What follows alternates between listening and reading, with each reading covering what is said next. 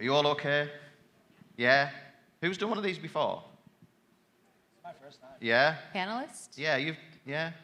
Yeah, no, okay. All right, no pressure. You're just talking to the entire world, all right? You're okay with that? Yeah? Could be worse. Exactly. You are right, it could be worse. Right. So, we all heard and saw your presentations. Oh, just to give you, and this is how it still goes, so I'll do it along the line, or I might jump from each one of you, right? I'm in charge. Ooh.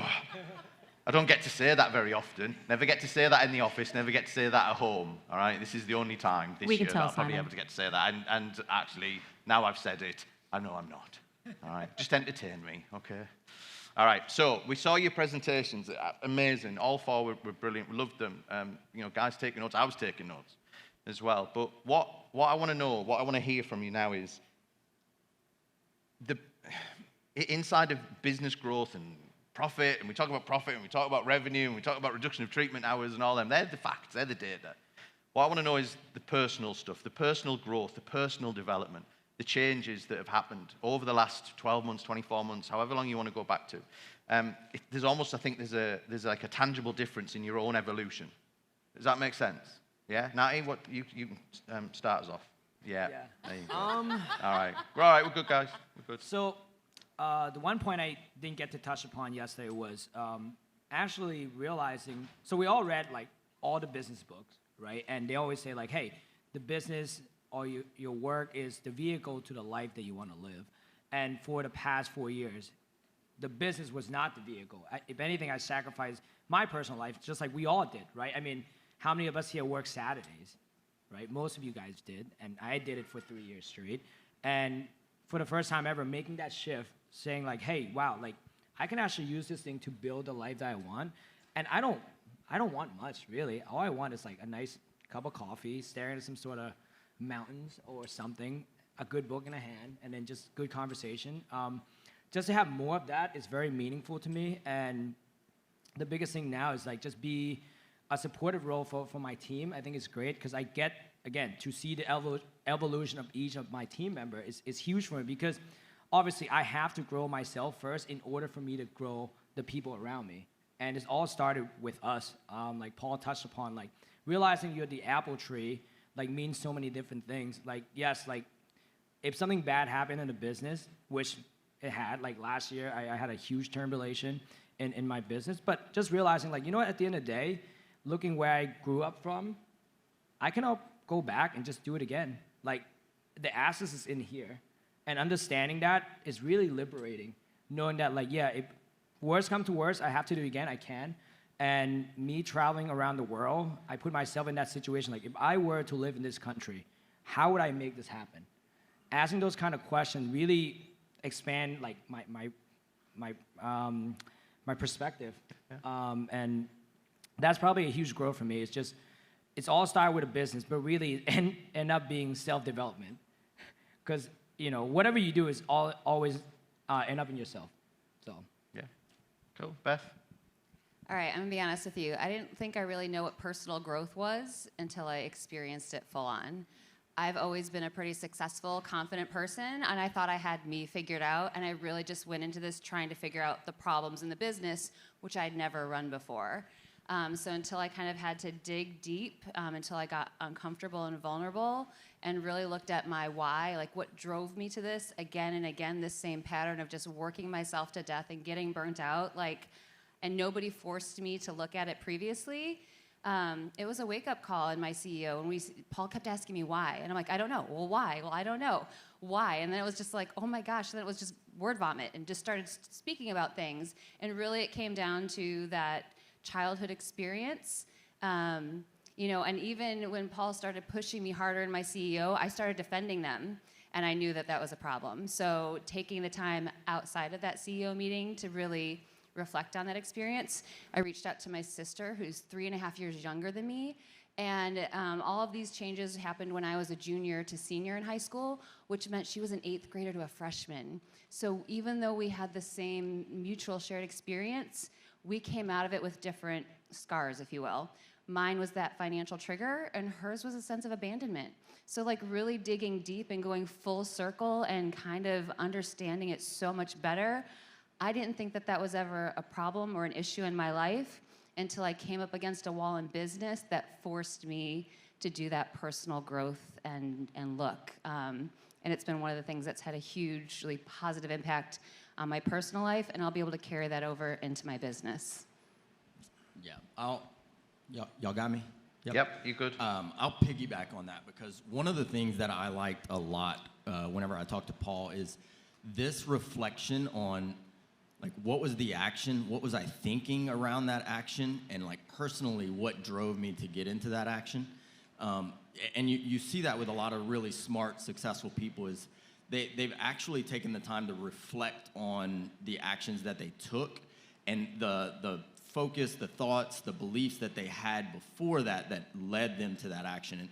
And that's the hard work. That's the stuff that we don't often like to get into is like, why did I respond like that? Why did I act like that? Sometimes it's good stuff. I was studying this, I was thinking that. Sometimes it's bad stuff and you realize like, that was not a response of who I am now. That's a response of, some trigger that I had in my past, in my life. And when you really start digging into those things and taking time to look back at your actions and where were you at mentally whenever you did that, you will learn so much more than you realize of, I'm just in this auto response. No, I'm actually cognitive and thinking about how I'm responding in the world, how I'm responding in my business, how I'm responding to my people. And growth comes from that. You have to take action. You have to learn from it. You have to take action. You have to learn from it. One of my you hear Paul talk about this all the time. He's like, you put people in a box in a room, like, I want you to think about your purpose. You're never going to come out of that room with your purpose. Tell them, go experience a bunch of different things and try a bunch of different things and come back. You're going to have a lot better idea of what your purpose is. So you got to take the action. That's the only way to come from it, but it's even more powerful if you actually reflect and think about the action. So that's kind of the practical thing that I've tried to add is take that time to go back and dig into the mental, the focus, the mindset, and what led to that action and what led to that response. So. Didn't think it worked. Exactly what they all say. The business is really to understand yourself better. And when you understand yourself better, you're going to be more successful in everything that you do. And I think for me personally last year, because I lost all my staff, it really fast-tracked me into really understanding how to hire, who to hire, because everything I do, no matter what I do, I'm always analyzing it. I'm always trying to figure out, well, how can I be better? What did I miss? What are things that I did really well, but what are things that I want to improve upon? And that's kind of how I go at everything in life. So if it doesn't go the right way, it's no big deal. For me, it's okay, what I learn from it. So I'm learning regardless, if it goes well or if it doesn't go well, so that I can repeat it or not repeat it or find a different way of doing it. So that's how I do really, honestly, everything in life. So I'm not afraid to have a failure because I'm going to learn from it. So I guess that my biggest thing, was learning how to hire and how to hire the right people. And I did it so much that I learned a lot last year from that perspective. We'll stay with you, Stephanie, for this one. And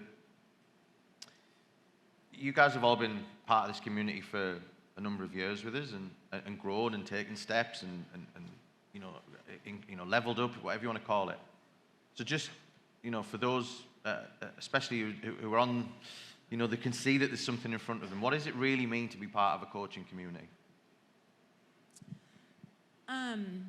I did business a long time with no help whatsoever, thinking I could do it all myself because I'm a super driven person, and I am going to figure it out on my own.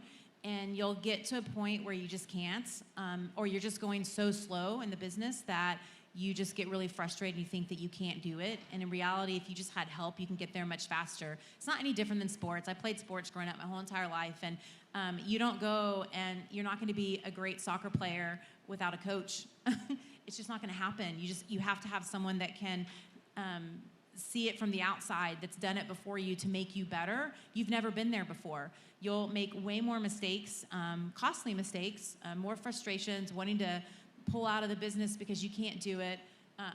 talked to, I mean, I have several conversations with a lot of people that you're hearing will pull out of being a PT, and they go into a whole different industry.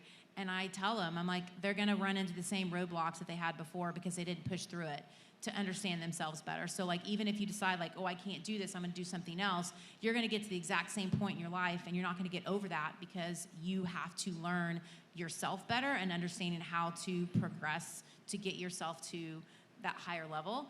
So you really need the support of a community, because you're going to have, I mean, just like Damon John said, like how many no's do you get? You get no's all the time. When I get a no now, I'm like, I'm on the right path. But you have to have a community or people around you that are positive, that understand what you're going through, so that when you do hit those rough times, you can get through it. Derek? I think about coaching probably a little bit differently in terms of like, what are we doing with it? What are we using coaching for? Of course, I think a lot of people find it for the tactics. Like, we get into what are the tactics that I need to pick up so that I can be successful, and that's what starts us in coaching. But then the second part is really being able to talk out what your worries, your thoughts, your decisions, kind of goes back to the first one. But and sometimes just having to verbalize it, really, you'll answer a lot of your own questions. I'm sure y'all have all done that. Like, I'm really having this issue. You start explaining it, and you're like, well, of course, that's the answer. Like, I knew the answer, but I needed to be able to bounce that off of a coach and have them ask the right questions to you so that you can get to the answer. And then I think the most important one, that leads to the next one, which is like having someone who can help paint the vision for you. Because a lot of times, if we have the vision, we can figure out the path. But if you can't see it, if you can't see what success looks like, then it's really hard for you to believe that it's even possible to get there. You know, you think of, Damon John, like $6 billion. Like, he didn't just like get there by continuing to put his head down. At some point, his vision started to change, talking to different people. Oh, maybe we can get to $1 million. Maybe we can get to 10 million. Maybe we can get to 50 million. What's that look like? And having a coach that helps you get that vision is everything. But we have to go through the steps to get there. So I think being a part of these things, talking these things out, starting to look at it, what would that look like? What's the vision look like? That's what coaching does, at least in my humble opinion. For me, it's the community. Being a business owner can be pretty lonely. None of my other friends really understand what I do. I told them that I was coming here and I got to go on stage and talk about my business. I'd got nominated. They're like, I don't get it. So it can be very isolating. So being able to have other business owners at your beck and call that you can dial up, that you can Facebook message on a regular basis, to be sounding boards, to make sure you're not going crazy and you're not the only one experiencing these problems, to speak to more experienced people who have been there, who can paint their journey and identify some of those roadblocks head on for you. I've found that with each level of commitment higher, you get more accountability. But at the end of the day, you're going to get in what you put out. You're going to get out what you put in. Yeah, I'm horrible at puns. I mess them up all the time, guys. My team actually makes fun of me for it and counts them on a scoreboard. It's bad. But I think, just taking advantage, there's so many resources here. The knowledge here is endless, whether it's marketing or sales or how to do your front desk or how to finance and budget. The resources are all here, and you just have to reach out for the help. You have to reach out for the people who are able to answer your questions, who can be your sounding board. Even if you do have the right answer, sometimes you're just not confident enough until somebody else agrees with you that that is indeed the best solution to the problem that you're having. So for me, it's community and friendship and not feeling isolated, and just all of the resources that you need to move forward. And again, it gets you to change your thinking. By surrounding myself with people that are smarter than me, my vision has changed. My plan gets bigger, and ultimately, my life has gotten better. All the things you guys said is 100% true. For me, it's all about emulating success. And I wouldn't be up here at all if I didn't make the connection I did. I can name 10 people that influenced me to help with my success in so many different ways. A good friend of mine, Tom, right there, he helps me a lot. Huge system. Jerry has been a really good friend. I remember my first 4% event, and it was Allison that was presenting during that time. And then she was just she's a mom, she's doing pelvic floor, all this stuff. I'm like, man, she's like really badass. Like there's so many things stack up against her. Like I don't even have an excuse compared to her. Like, so why not me? Like, so that was a huge thing for me. And another thing, I'm from New York, right? So how I like to look at it, like the fact that we're PTs, like we dedicate majority of our time, like just learning, right? Learning the wrong stuff, realizing that like being a good clinician doesn't really run a good business, right? And then add on to that, like, oh, let's start a business. Why not? Because life is not hard enough. So how I looked at it is that starting a business, like I'm about to get jumped by like 4 guys wearing Timbs. Like, would I rather do that or just 3 regular guys wearing sneakers? So me being in this room, it's just that. Like, I'm gonna get my ass kicked. I just rather be able to walk away from it and still recover, not just like completely get annihilated in a street fight. So like, that's how it is, like running a business. It's war without bullets, right? And it's death by 1,000 cuts. Why would I make it harder on me? So coaching has been very influential in so many different ways. Like, I mean, the fact I get to meet these guys from the UK was great. Like, because when I came back, I figure I have people problem. They really have people problem because they have to like double the staff, all of this, right? They work for the NIH, and now you have to do, like, so to me it's like, oh wow, like, I have problem. It's not that bad as those guys. So the matter perspective is huge, and obviously I love when Paul Gough ran. I think it's huge. It's just really good. It sparked good conversation, and just to be able to talk to you guys. I mean, after I presented yesterday, so many people came up, and just ask me questions and stuff. And I've been through it. Like, if I can help people through that so they don't have to do the same thing, fast track success, why wouldn't I? Why wouldn't you? Exactly. Just bear with me a second. You can. You can go. Yeah, you can sign up. Luke and Cam and Barry are at the back. If you want to go and sign up, I think we've just found our next 4% member as well. Thanks, Bob. Yeah, you've obviously had an impact. All right, let's get a bit more tactical on this as well. So we spoke about what it meant to be part of the coaching community, sort of a little bit tactically, but we're in between the strategic and the higher level as well. But how do you get the best out of Mastermind, out of CEO? To me, it's execution. So, quick story. First 4% event, New Orleans.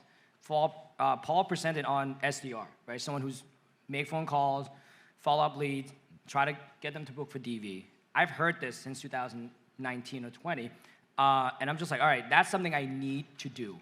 And now we actually have one, but it took a long time. But it's all about just understanding you have to get there and just slowly work your way up to get there. It doesn't have to be overnight. And execute, reassess, see if it works, and then have the courage to admit that you failed, like I said before, and then just learn from it again. It's a cycle. Mm-hmm.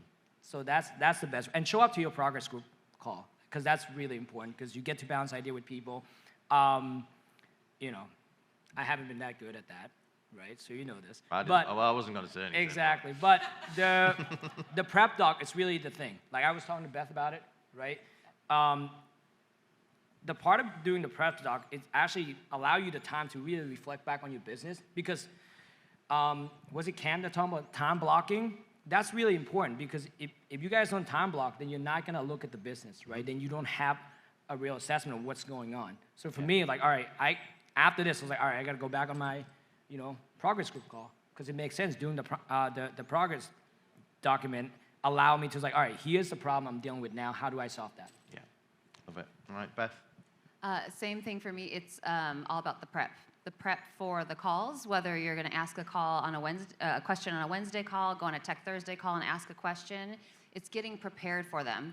I almost never miss a BABS call, my accountability group, my progress group, and I actually have my same 5 questions answered on a spreadsheet for the last 3 years.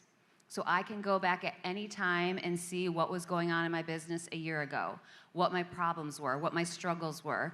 And I love that reflection time, because it focuses me to prioritize. I know you're supposed to pick a big 3, but I usually pick 6, and I usually get about 5 of them done in the 2-week period. I'm an implementator. If I know what my goals are, the more specific I am, the more likely I am to hit them and be successful and move on to the next project and get that other one off my plate. So I think the preparation is one of the best things, but also being able to be a resource for the other people in your group. Sometimes people will pose a question that I feel like I have the answer to, or maybe I have a different perspective on something they should consider so they don't get blindsided. And I feel like being a resource for people just really helps me feel more confident in my own business skills. And with that being said, I absolutely have a million blind spots in my business, so it's so helpful for them to be able to point them out for me, because you do get stuck in your bubble. You get your blinders on, and you sometimes don't see what is very obvious to other people. As soon as you start explaining it, you'll see them shake their heads, and you're like, what? What'd I miss? What's going on?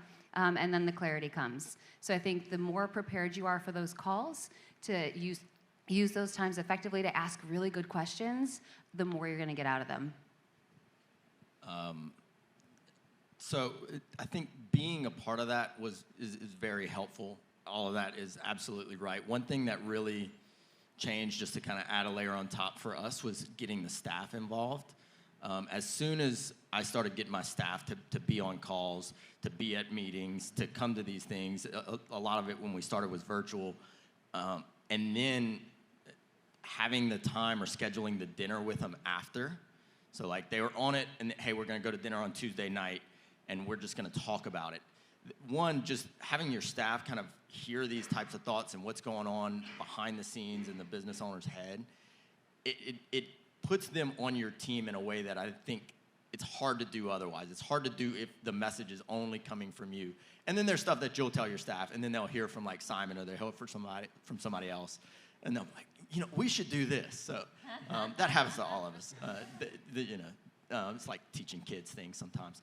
But so that was a really big thing. A lot of the changes that we started to make came from staff being, in these types of situations, and like, hey, we do this really well, but actually, and they'll come and say this, I'm not doing this well. Like, I kind of feel bad. I realize I'm not, lifting up the people in my department enough. I'm not asking them how they can be more successful enough. And that's all conversations that they got from being on calls in these situations. So I think all the reflection, all that stuff for you is helpful, but don't forget that a lot of this needs to be coming from the staff as well, and getting them involved in this is extremely powerful. Okay, my mic away. So how I've evolved through the whole process. So like how I use the 4% Club is completely different than how I used it when I first started the 4% Club. Originally, the 4% Club was for me to get me better, and now I use the 4% Club to get my staff better. And that's kind of how I use it. So bringing them to events like this and getting them on calls, they start seeing the bigger picture, that even though you're trying to tell them, they don't really fully understand it until they actually come, and then it's like they have your back. So getting them on calls with different people on their team to make them better. Just like when anyone comes through my door and they're a patient, I want to make them a better person, a version of themselves when they walk out the door. I'm the same way with my staff. I want them to be better, and how can I make them better? And if they really, truly like that growth aspect, then they're excited. They want to learn. This keeps them engaged. This keeps them excited to want to do more for your company and move forward, because you've made them actually a better person. So that's how I've used the 4% Club, is really more for my staff, not me. CEOs for me, and just like what they said, the document literally keeps you, when you have a lot of chaos in your business, and when you think it's like, wow, everything is going really smoothly, I'm just like looking around the corner going, what's about to blow up? Because something is. It can't run this smoothly for this long. Something will go wrong, and then you have to get into the trenches. And sometimes if you don't have that like quarterly, okay, I have this document, I've got to fill this out, you'll just blow through it because there's so much stuff going on in life and the business and everything that you don't even realize it. And it wasn't until I did the document in August last year, and I'm like, hot dang, I think we almost can hit our goals, because I had to actually go and do the numbers. And it was so crazy with so many people being out. I wore like so many hats and worked a lot. But I was like, oh my God. So I went to my staff, I'm like, we can do this. Like, all we have to do is make this much per month. And it's going to be a stretch, but I think we can do it. And we got close to the goal. I mean, they worked hard. We pulled in a lot in November and December to get close enough to it. But that's what the CEO did for me by doing that document. And then I love our group. Our group is amazing. Just even bouncing ideas off them, and when something comes up, that everyone is so different. Their businesses are different, but there's always an aspect that you can learn from them. So I love going back to them. I love when we go. Honestly, just getting there and just going out to dinner with everyone is so much fun. To be a part of that and just to see everyone's business grow, just it inspires you more to be like, oh my gosh, I can do this. Can I add like? Gosh, 30 can, seconds? yeah, no. This So is yeah, your I mean, fault. I do the same thing now with the 4%, like onboarding my staff, and my one of my staffs here, Julie, I made her do Accelerator, and then she's like, hey, what is our USP? So like those questions would never happen if we didn't do those kind of training. So it's have a really good discussion point. And another thing you guys can use it for is like if you are onboarding someone and they just say, I kind of know all this already, like that's a red flag, right? Because they're not invested in growing and probably not the right fit, especially for the first 90 days. So like you can use it in so many different ways. No, it's right. I'm just going to elaborate on that a little bit as well. Who here's got staff? Who's got staff? Who's not here as a sole practitioner? No.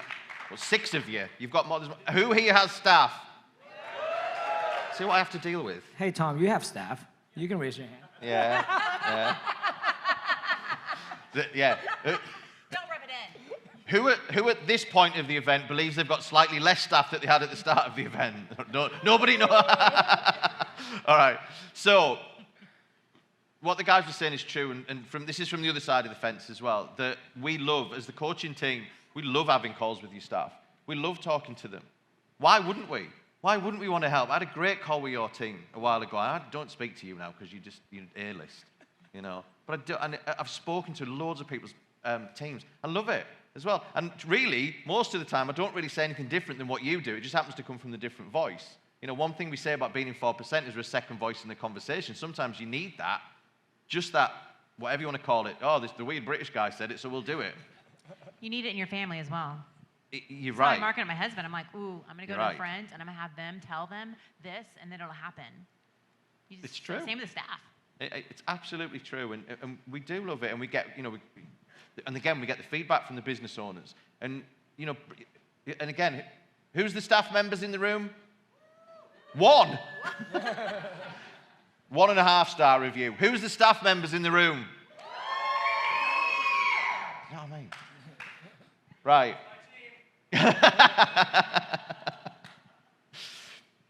We really appreciate you guys coming as well. And we hope that you're getting, as much from this as the business owners are as well. We love working with you, honestly. We really do. And we're a team. And if your team gets to know our team, you can see what's going on inside of this company. We're as open, as transparent as anybody as well. And we can never guarantee that anybody is going to be successful. But one thing we just try and do is make it hard to fail as well, and take the things away that make it easy to fail. So if you've got a team and you're thinking, oh, this is all cool, this is great doing all this for me, like, your team are your leverage, they're your assets. If we can come along and help them and develop them as well, and we do, and we've seen huge development. I loved the first session this morning with Cam and Tiff and calling out Tyrone and I think, was it Laura? Sorry, I'm so bad with remembering names. But because we only know that because of the work that we do with these guys as well. So Mastermind, it's not just Stephanie, Derek, Beth, Natty support. It's not just Gav support. It's not just Tom support. It's for the entire team. And if you're not making use of that and you're not getting your teams involved, you are missing out, right? Sorry, but you really are. You are not using it to the best that you can. And you don't have to do everything inside of it, and you don't. Natty won't speak to me anymore because his people have to talk to my people and contracts and negotiation and all that. He's just, he's up there now. The ride that he demanded and all of that out there. But you won't believe it out of the back, right? We have to get his personal chef flown in. It's just getting out of hand. Come on. But any of your team can be supported and helped by any of our team as well.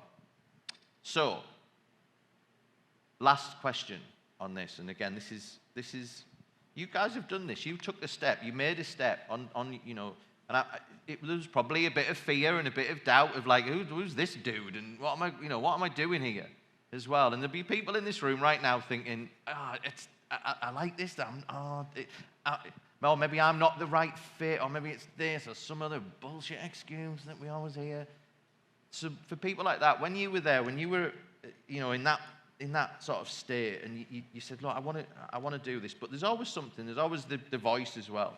What would you say to people now who were considering taking the next step, considering that commitment to growth, personal growth, business growth, team growth as well, who were just a bit like, oh, well, I'll do it when this happens, or, I'll wait, or whatever. What would you say to them, Natty? Well, clearly I would say, obviously do it, but I would take it back to, a story like how I first met my wife. My wife is gorgeous, and I obviously traded up, she traded down. And how I approached it was like, well, what's the worst thing gonna happen? I'm gonna end up where I am now, alone.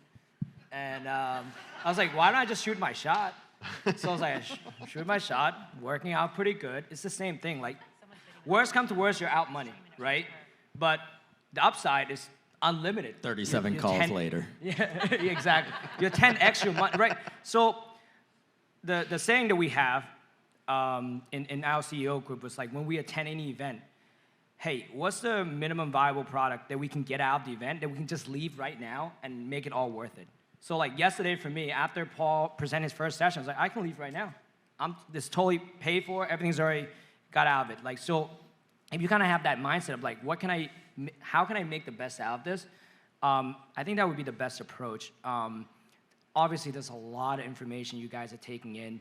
Not all, I would say 90% of it is not applicable to where you are right now. But 3 years down the road, you'll be like, oh yeah, I remember that. I should have done that. Like, now I have the time, let's do it, right? Take the one or two things and then just apply it. And then that's how you get your money back. Yeah, love it. Beth?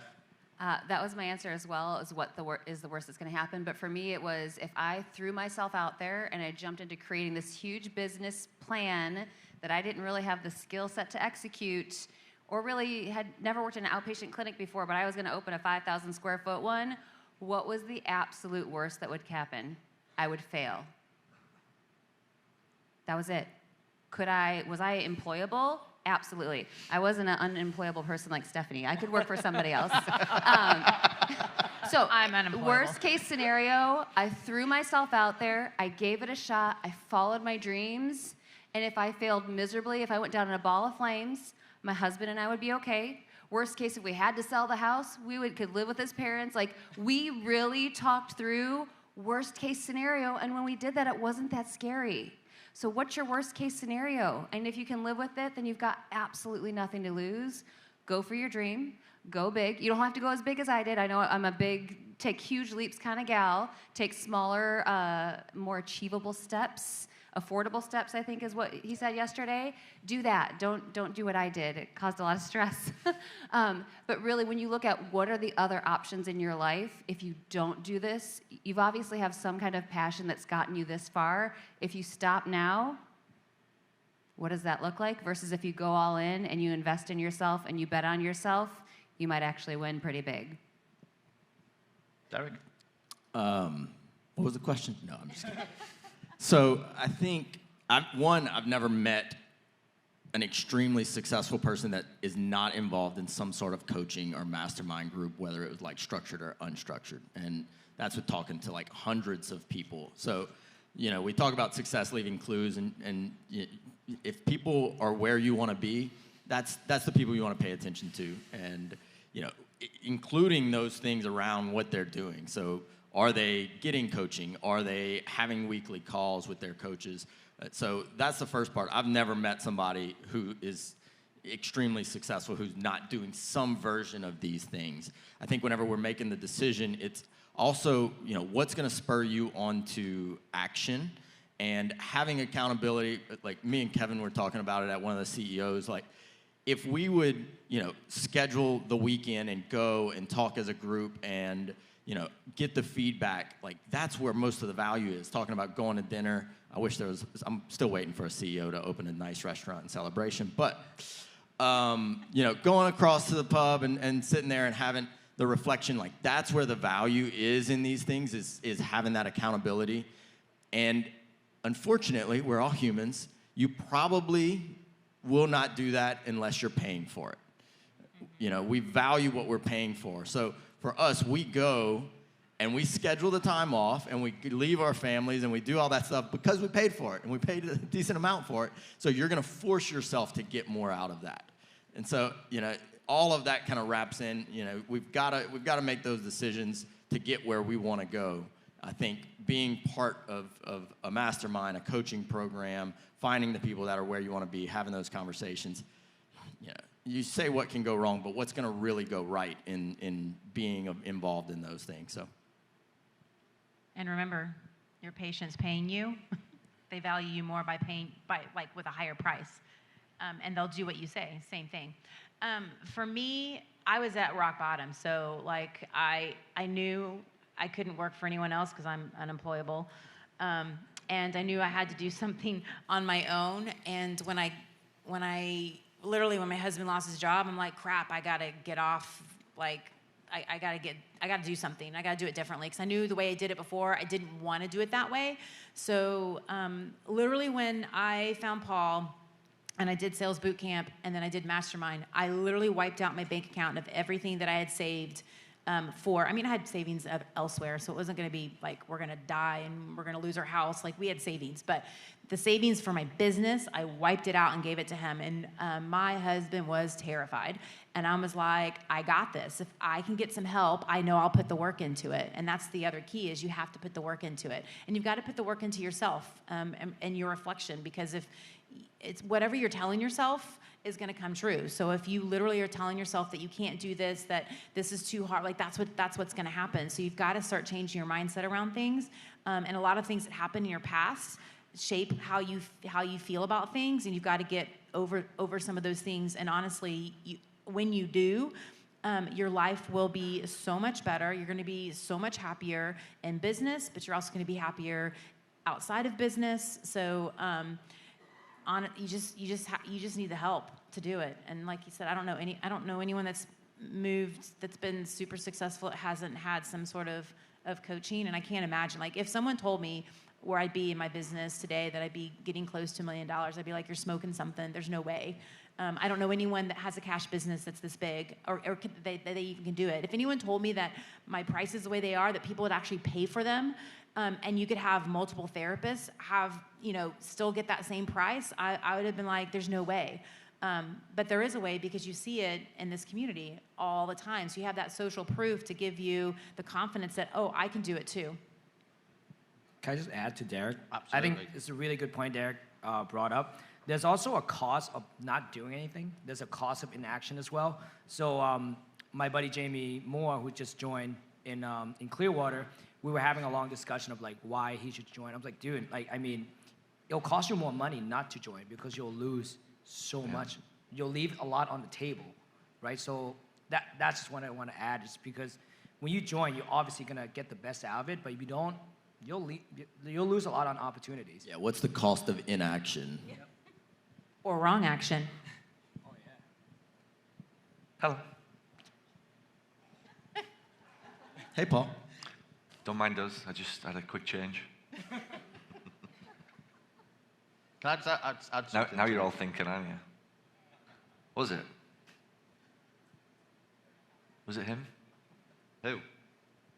I've just had a quick change. Oh, the new 4% member? Yeah. Yeah, I know what they're all thinking. Well, I was sat between them, and I don't know who had the nicest smelling cologne on. I think it's you, Nai. But it could have been that guy. I just want to add something to what you've all said as well, and this is from one thing that you guys do coming to 4%. It's like an unwritten thing. It's like a permission slip for us to give. You give us the opportunity to change your mind. If you can't give us the opportunity to change your mind, nothing else is going to change as well. And you do. And I love having some of the calls where it's just been like, it's this, it's this, it's this. And then we say something and you go, I never thought of it like that. Right. If you can do that, if everybody in this room can just put their hand up and went, I give people permission to have the opportunity to change my mind, and not to be like, I have to be right, I have to be right. I love the phrase that said, I'd rather be wrong and happy than right and miserable. as well. And that's what these guys do. They're open to that all the time. Their mindset is fluid as well. It's not rigid, it's not fixed, it's beyond growth as well. Just on that permission slip, speaking to everybody last night, Damon basically gave you a permission slip last night. He allowed you to think a certain way, whether it was about friends and family, whether it was about how you use time, whether it was about letting go of employees. He gave you a permission slip, and that's why everybody felt so good. I've never experienced anything like the conversations that I had last night with people at the bar or in the party last night. But primarily what happened, a sense of confidence and a belief in yourself, because somebody that you admire said, that's all right. Like, it's all right. That friend that keeps dragging you down, walk away. It's all right. Like, do it. That employee, yeah, let them go. That's all right. Let them go as well. Those prices, yeah, you're going to have to raise them. The model has to work. Like, there's the permission. I think most of us are desperate for something like that. I am, permanently. I asked him the question at the end, like, just give me permission to still be all right, feeling doubtful. Because if I can just accept that I'm going to be doubtful of the progress, the journey that I'm going to go on, then I'm not having to wrestle with fighting about why I'm feeling doubtful. Does that make sense? So I've still got doubts today, but I'm not wrestling with the doubts anymore. I've just accepted it. That's part of my journey. That's what's going to happen to me. I've got a long way to go. There's going to be a hell of a lot of challenges and struggles, personal, business, all number of things that are going to hit me. But I'm not going to fight with why I'm doubting what I'm doing, because there's a guy who's more successful than me who's told me that that's part of the story. So because now I'm not going to fight the doubts, I've got another 20 minutes of energy and thoughts for something really good. Which is back to that, how do you optimize? When Damon spoke yesterday, how do I optimize for positivity? How do I optimize for optimism? That's one of the strategies. Just put it to bed. Accept that that's the way it's got to be. That's the way it is going to be. I'm not going to fight it. When the little gremlin pops up about doubts, I'm just going to accept it. It'll probably go away in 2 or 3 minutes, and I'll just get back on with living my life.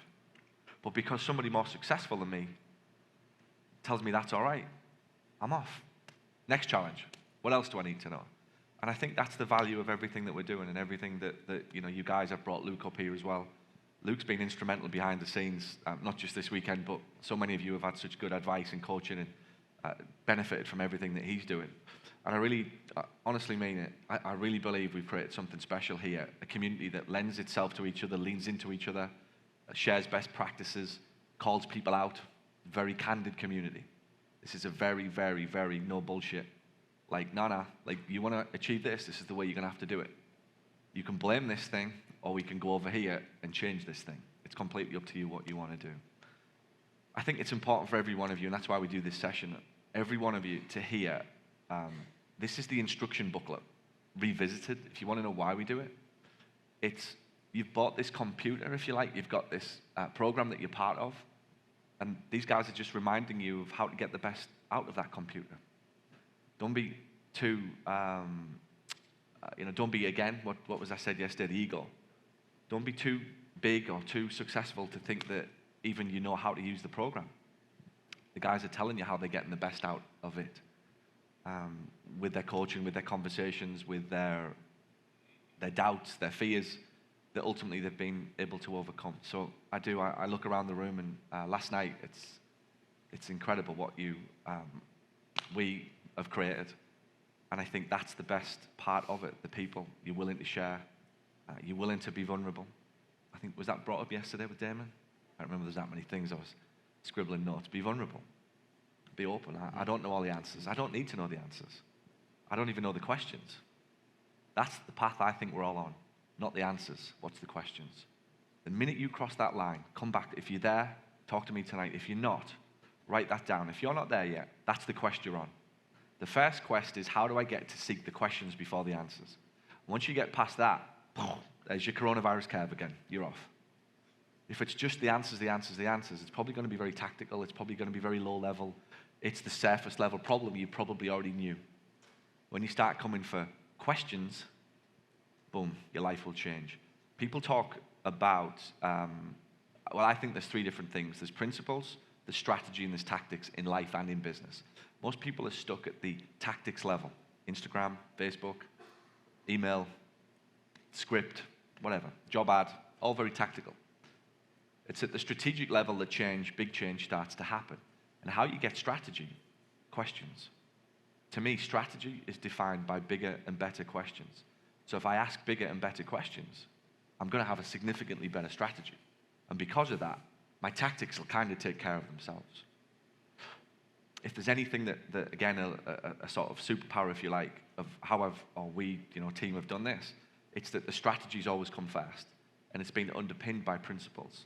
Principles of people, of work ethic, of commitment, of just pulling your weight, being a good team member, being a good egg, courage. All of the absolute basic things that are required that I think are very easy to overlook because we just think that they come naturally. And I think, again, have faith in the things that you can see than just the things you can't see. You can see that that's what's missing in the world. There is a distinct lack of commitment, of courage, of belief in self, of teams, of togetherness. Look inside of people's houses, for crying out loud. What's the divorce rate? It's pretty obvious people are struggling with teams, right? Like, I'm not being a dick when I say it, but it's everywhere you look. There's problems everywhere when people get together, teams and relationships. And fundamentally, it's because each person is expecting the other person to do something. They're accepting or they're forgetting that there's some basics that we both have to agree on, that we both have to take part in. And as that comes into a business, it's got to be fair. It's got to be right for both parties. It can't just be for the staff, and it can't just be for the business. There's got to be a little bit of give and take. And I think if you build your life and you build your business around the principles first, and you become principle-based, the strategy you will find with questions and bigger and better questions. And the answers, they're very easy. They're really, really, really easy if you look for bigger and better questions. Thanks for watching this video, and if you found it helpful, and if you now find yourself thinking, I wonder what else this person can help me with, head over to paulgough.com/books, where you can find my best-selling books, which will show you how to add more profit to your practice. Or send an email to paul@paulgough.com to ask about how we can help you accelerate the growth and profitability of your clinic. And by the way, if you know anybody who would find this helpful, please share this video out. Thanks so much.